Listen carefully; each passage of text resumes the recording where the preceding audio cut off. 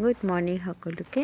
আজি পুৱাই পুৱাই উঠি বাৰীলৈ বুলি পাক এটা মাৰিলোঁ। আমাৰ বাৰীতে এজোপা ভেঁকুৰ তিতা বুলি কয় সকলোৱে, আপোনালোকে কি কয় নাজানো জনাবচোন। মই খাই বৰ ভাল পাওঁ। এয়া দেখিছে ধুনীয়াকৈ অলপমান ছিঙি মেলি আৰু চালোঁ আৰু ইপিনে সিপিনে ধুনীয়াকৈ বনবোৰ গজিছে আৰু বৰষুণ পৰি গৈছেতো।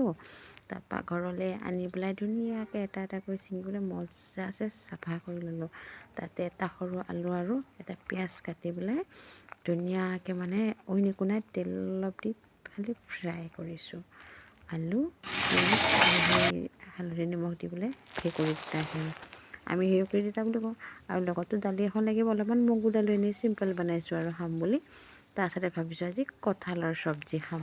কঁঠালটো ফালি ল'লোঁ, লৈ পেলাই পঠালিকৈ কাটি ল'লোঁ। পঠালিকৈ কাটি মই ভাল পাওঁ। এনেকৈ হ'লে কি হয়, পিছপিনৰ বাকলিটো একদম ধুনীয়াকৈ এৰি যায়, ভাল আৰু সিপিনে হাতৰ আকৌ অৱস্থা নাই আৰু এঠা চেঠা লাগি আৰু একদম আৰু কি হ'ব আৰু সেয়া আৰু। তাৰপিছত এনেকৈ বাকলিটো এৰাই ল'লোঁ ন, লৈ পেলাই ধুনীয়াকৈ পিচকৈ কাটি সেই বুকৰ চাইডৰ সেইটো কি কয় আপোনালোকে নাজানো, ময়ো নাজানো ভালকৈ, সেইটো কাটি পেলাই কুকাৰত হাফ বইল কৰিলোঁ, দুটা আলুৰ লগত দিলোঁ। তো হাফ বইল কৰি পেলাই তাতে পিছত ধুনীয়াকৈ গোটেইখিনি মই বেচন সানি ফ্ৰাই কৰি ল'লোঁ। এনেকৈ ল'লে ভাল আৰু। তাৰপৰা সেই চালাড এখন ৰেডি কৰিছোঁ ভাত খাবলৈ কাৰণে।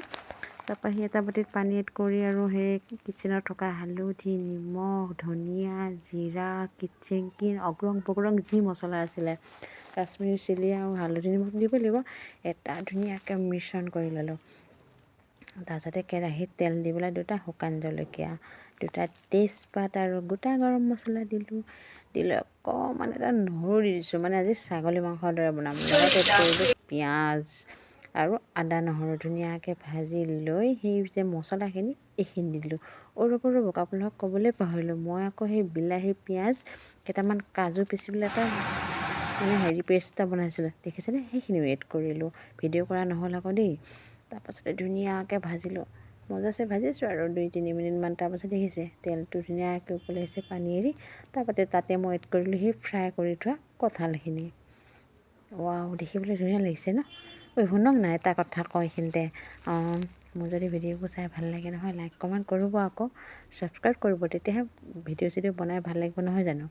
আৰু ছাগলী মাংসৰ দৰে যিহেতু খাম বুলি ভাবিছোঁ, তাতে মই এড কৰিলোঁ ছানৰাইজ মিট মছলা।